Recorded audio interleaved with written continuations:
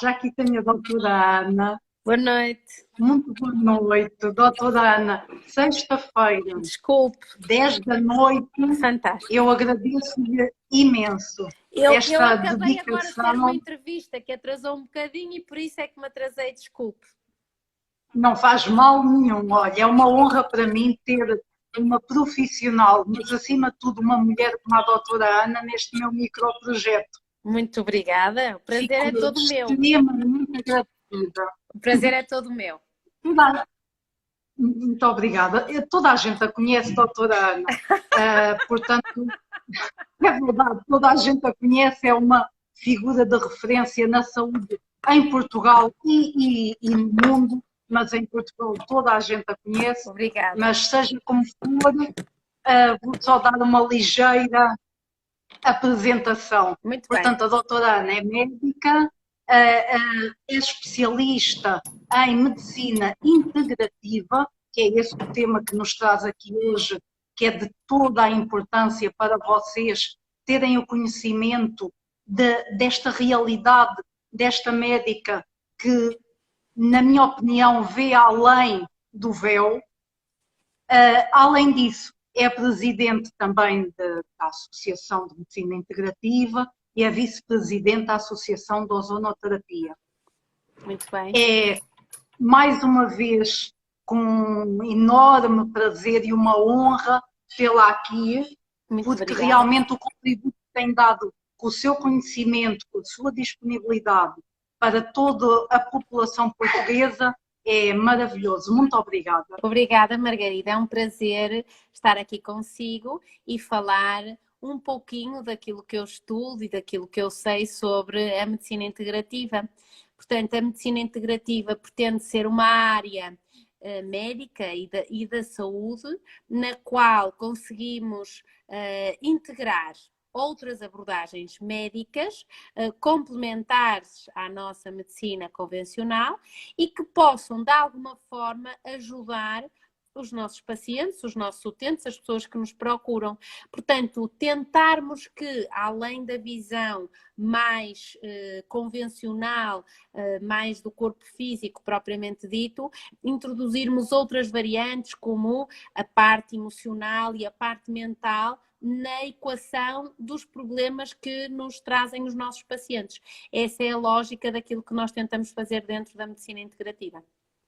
Portanto, basicamente, a ideia é como é que eu posso ajudar os meus pacientes, a pessoa, o indivíduo, um ser humano, a estar mais saudável do ponto de vista físico, com a alteração dos hábitos de vida, a mudança, a pessoa entender o que é que ela faz no seu dia a dia, que a possa estar a prejudicar e que a possa estar a pôr doente. Depois, no ponto de vista emocional, portanto, como é que esta pessoa vive a sua vida do ponto de vista emocional, como é que ela processa as suas emoções, quais são os seus traumas, os seus conflitos, os seus bloqueios, e depois do ponto de vista mental, não é? Quais são as suas crenças? As crenças, interessam-nos mais aqui, obviamente, as crenças limitadoras, que são aquelas que não nos deixam fluir e melhorar a nossa vida. Doutora Ana, nós estamos habituados a um sistema de saúde de especialidades. Uhum. Como é que esta visão mais holística do ser humano que a medicina integrativa tem vamos lá ver uma coisa. Pode se integrar no sistema de saúde? Então, a medicina, tal qual nós a conhecemos hoje em dia, começa na Grécia, em Hipócrates, ok? Portanto, a nossa medicina convencional, toda a nossa tradição médica é baseada na tradição hipocrática. Mas já nesta altura haviam duas escolas, a escola de Cnidos, que é uma escola mais convencional, menos aberta a novas ideias, que é a que deriva a medicina convencional, tal como nós a estudamos na Faculdade de Medicina, e a escola de Cos, que é mais aberta a novas ideias, a novas filosofias, que é de onde deriva a medicina mais integrativa, mais holística, se nós quisermos dizer assim. Então, a partir daqui, houve toda a tradição médica até que, mais ou menos no ano de 1600, com Descartes, há a separação da mente e do corpo. Porque até lá, o médico ouvia e integrava aquilo que o paciente sente, não só do ponto de vista físico, mas do ponto de vista emocional. Não havia a explicação imunológica, não havia a explicação da psiconeuroimunologia, não é? Como é que eu me separo e posso ter uma gripe? Porque eu deprimi do ponto de vista imunológico, porque fiquei triste. Então, hoje em dia, a psiconeuroimunologia já nos consegue provar isto cientificamente com tudo o que são os neurotransmissores. Portanto, a neurobioquímica está muito bem estudada. Então, mas como eu estava a explicar, o Descartes o que é que faz? Ele separou a mente do corpo. Portanto, ele diz que a mente e a alma é para o cura, portanto, para a religião, e o corpo é para o médico, a medicina. Então aqui existiu esta separação. A partir do ano 1940, mais ou menos, há de facto uma melhoria e um aumento da tecnologia na medicina que tivemos no último século, como nunca tivemos na medicina. Portanto, todo este aumento da tecnologia, o que nos trouxe, além de coisas maravilhosas como fármacos fantásticos, como novas cirurgias, como novos meios auxiliares de diagnóstico, também nos trouxe as super especializações. Portanto, além da especialização médica, ainda houve a super especialização. Então, a partir daqui, há assim quase um desmembramento do que nós vemos enquanto os nossos pacientes, e isso pode levar a que deixemos de ver aquela pessoa como um todo e passamos a ver a pessoa como um segmento.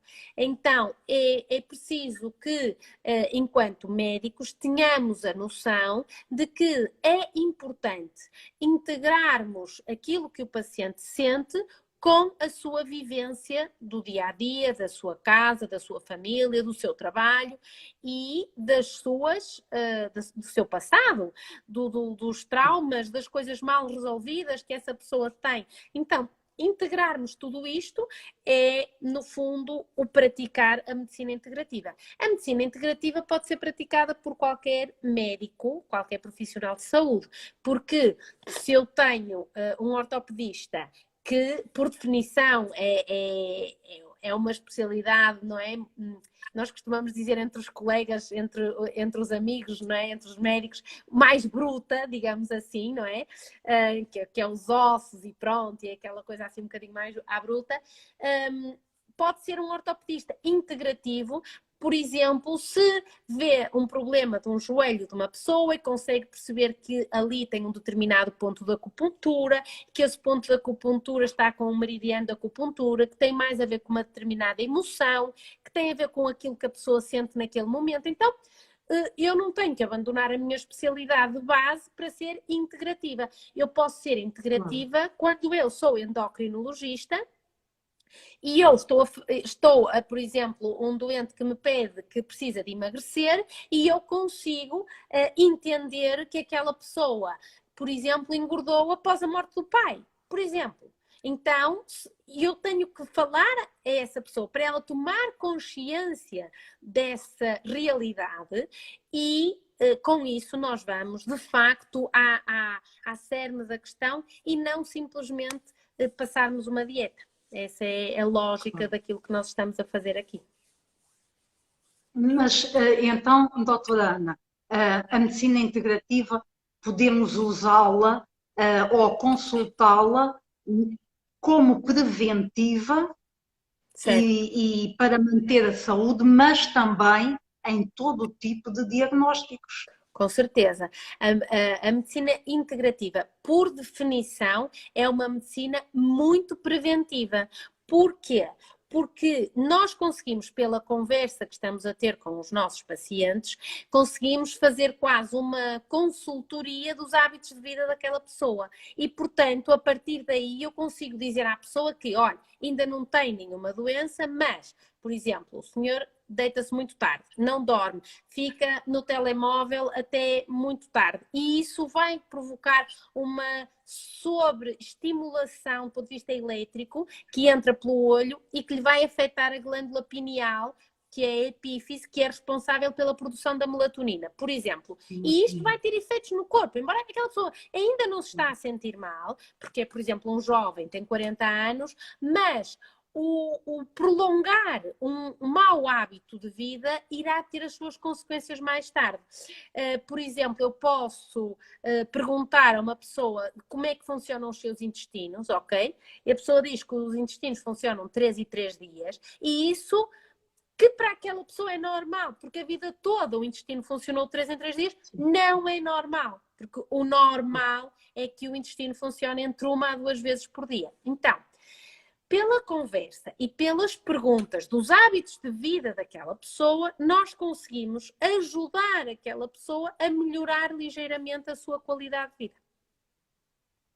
E também a ter uma maior consciência do seu corpo e da forma como vai gerindo as suas emoções. Obviamente, se eu explico àquela pessoa que ela, por exemplo, quando lhe morreu o pai, não conseguiu mais verbalizar que, por exemplo, ama outra pessoa, não consegue dizer essa palavra. Então, é preciso nós desmontarmos todo esse bloqueio, explicar isso àquela pessoa, fazer com que essa pessoa sinta no seu corpo e, a partir daí, obviamente que esperamos que essa pessoa tenha uma melhor vivência emocional daquilo que é a sua vida emocional e não só a sua vida física de ir à casa de banho, fazer xixi, deitar-se, comer, não é? Portanto, também a parte emocional e a parte mental, ou seja, como é que, por exemplo, como é que aquela pessoa pode ser mais feliz? O que é que a impede de ser mais feliz? Que crenças é que ela tem limitantes à sua felicidade, limitantes ao seu amor para com os outros, limitantes para com o seu trabalho? Porque nós temos pessoas que dizem, por exemplo, eu trabalho muito e nunca consigo ter prosperidade económica. Ou, por exemplo, eu tenho muitos relacionamentos, mas todos acabam da mesma maneira. Então, nós, ao percebermos isto, nós conseguimos influir daqui e sentir algumas crenças que aquela pessoa tem e que nós podemos, trabalhando a mente, ajudá-la bastante. Estava aqui a pensar, é inevitável, doutora Ana, nesta altura, não falarmos de sistema imunitário. Certo?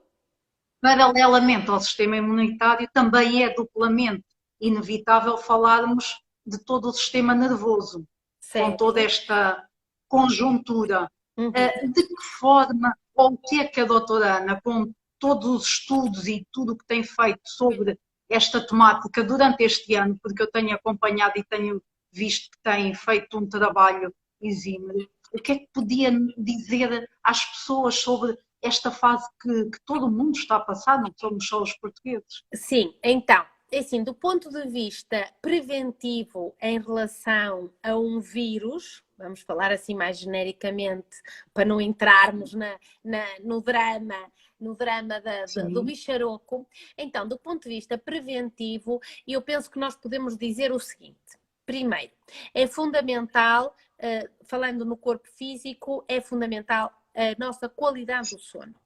A qualidade do sono é fundamental para o sistema imunitário.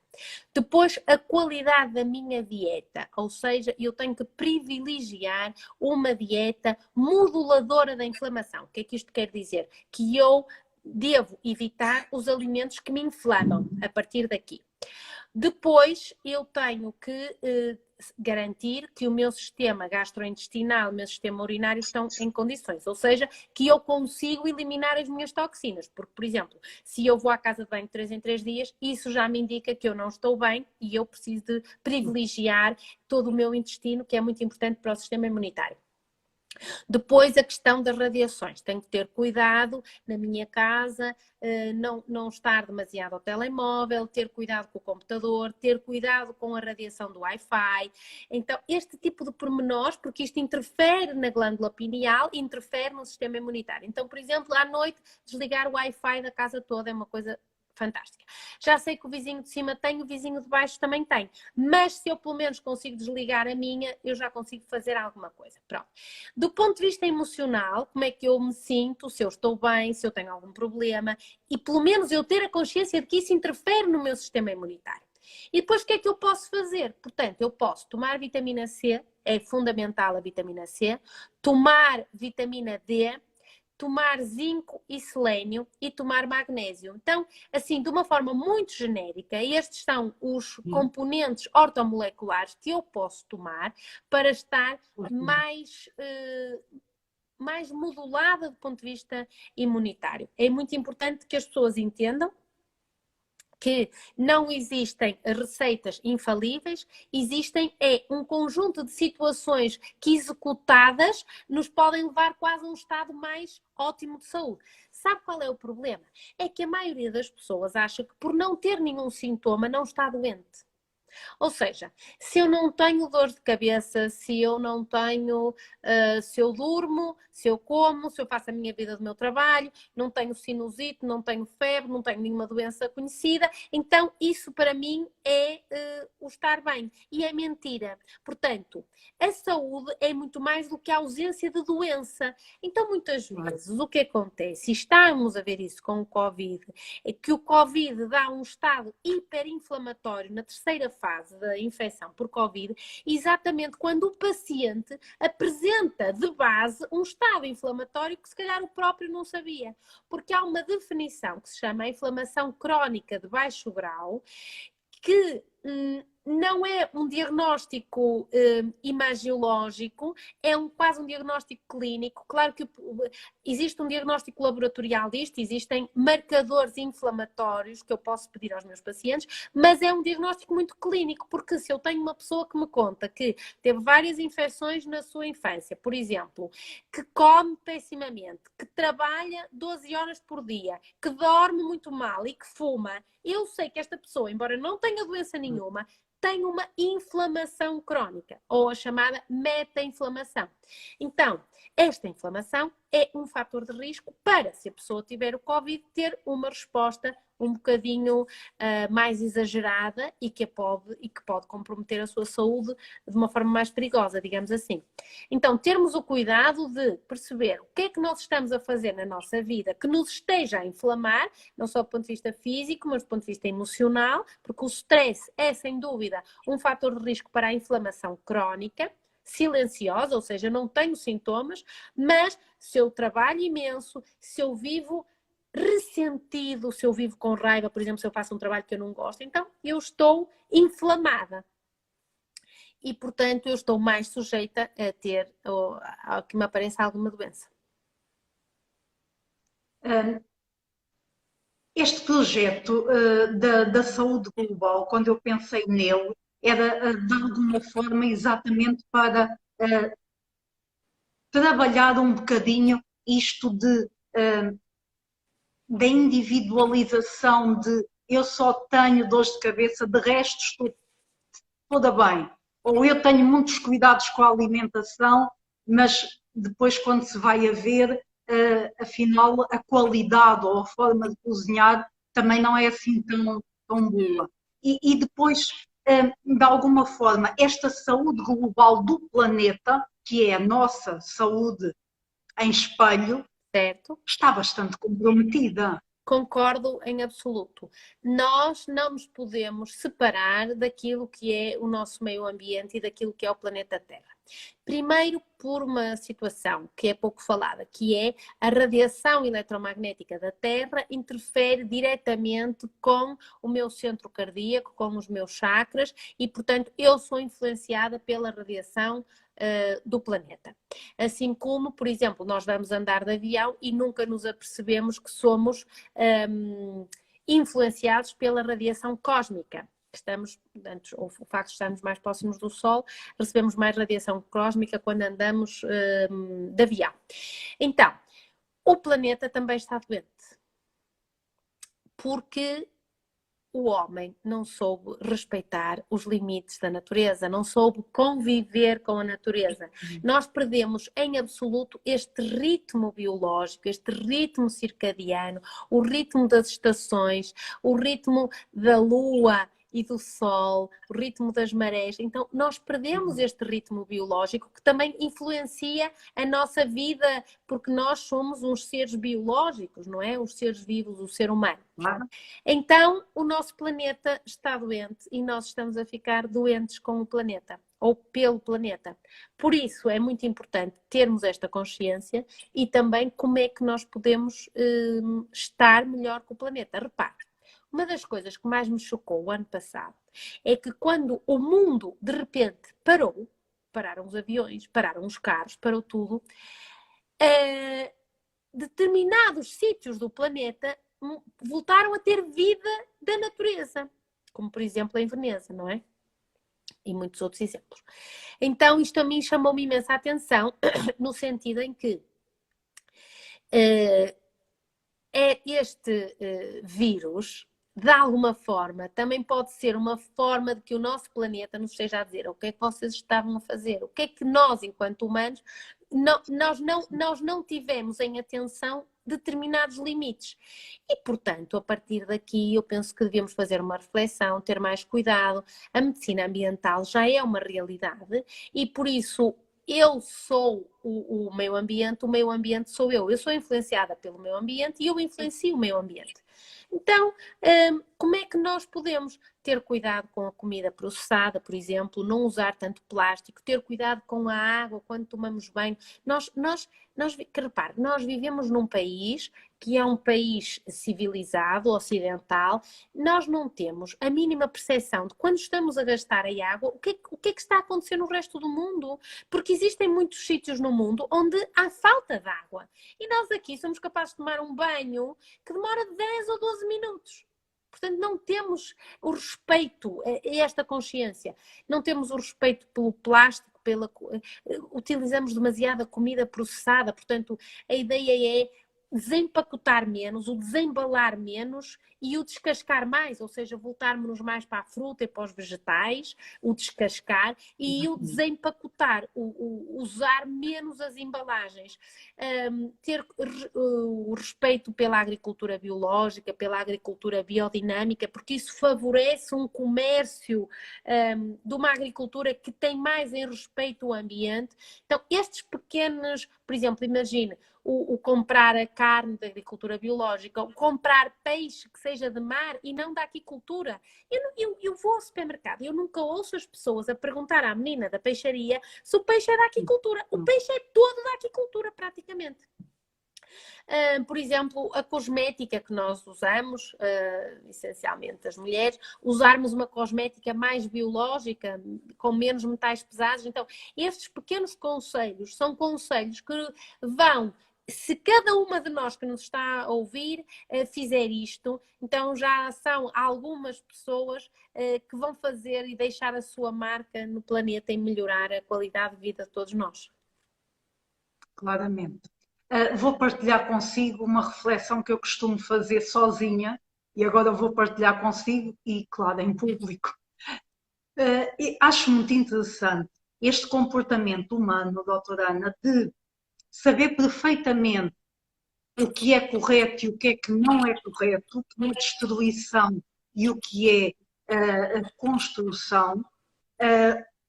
Eu acho que nós também sabemos os nossos limites, mas na verdade hoje deparamos em todos os níveis da sociedade com um estado de destruição. Claro. Por exemplo, na escola, eu não aprendi, acho que os miúdos continuam a não aprender. Eu estou aqui a ver o Rafael Nunes, que é professor, não aprendem a sentir o seu corpo, a expressar emoções, a lidar com a natureza e a respeitar a natureza. Desde pequenos é tudo muito formatado para o cognitivo, para a competição e para o resultado, e não para o ser. Isto leva a uma sociedade o mundo vai ter que mudar. O mundo vai ter que mudar. Fantástico. E esta é uma chamada de atenção e que bom que pessoas como a Margarida e outros que nos estejam a ouvir possam deixar a sua marca e fazer chamada de atenção às outras pessoas. Claro que eu concordo consigo, o mundo vai ter que mudar. Nós vamos ter que respeitar mais o planeta para que o planeta nos devolva um pouquinho da sua boa vida e que com isso nós possamos ter melhor qualidade de vida. E eu penso que nos esquecemos de tudo, não é? E eu lembro-me de ser miúda e eu consegui ter alguma vivência da chamada vida da aldeia. Portanto, eu conseguia perceber de onde é que vinham os ovos e de onde é que vinha a carne. Mas eu lembro-me de alguns colegas que não tinham muito essa percepção. Repare, nós quase que temos que mostrar aos miúdos isso em museu ou na televisão, porque isso já não é uma vivência do dia-a-dia. Então, esta coexistência entre a aldeia e a cidade vai ter que voltar a estar um pouquinho mais na moda, digamos assim. Então, dentro daquilo que nós chamamos a medicina integrativa, no fundo, há uma reeducação de alguns hábitos de vida que são mais saudáveis e que nos fazem estar mais conectados também com a natureza. Temos aqui uma pergunta muito interessante, por exemplo, da questão da astrologia. Eu sou um bocadinho fã da astrologia, portanto, fazer esta pergunta a mim é assim um bocadinho dúbia. Eu sou fã da astrologia, tenho vários amigos astrólogos e era muito giro. Vão-me crucificar de eu dizer isto, mas não me importa. Era muito giro se os médicos pudessem saber um bocadinho de astrologia.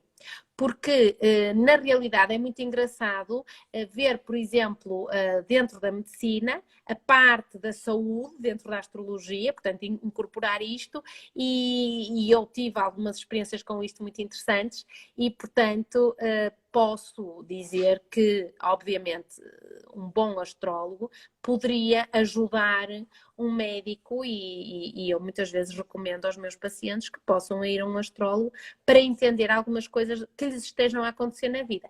Claro que em Portugal não existe muito esta tradição da astrologia, por exemplo, não é? Portanto, as pessoas não têm bem a noção do que é astrologia. A astrologia não é futurologia, ok?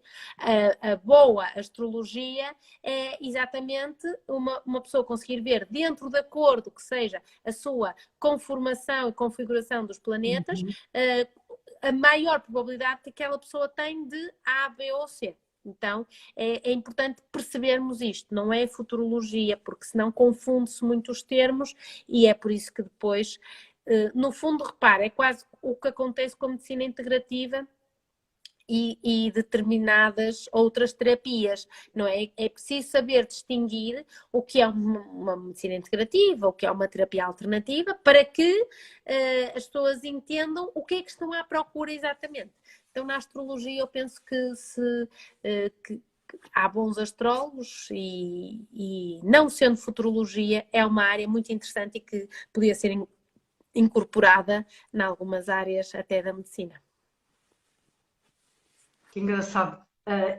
Essa é uma das ideias que eu nunca tive, mas realmente faz todo o sentido, porque um dia destes dei por mim a pensar, e acho que agora também me vão crucificar, talvez a mim, crucificar não, mas outra coisa qualquer. Veja, as nossas células comunicam. Certo? As árvores comunicam entre elas. Certo. O planeta Terra, com toda a certeza, que também comunica com os outros planetas. Certo.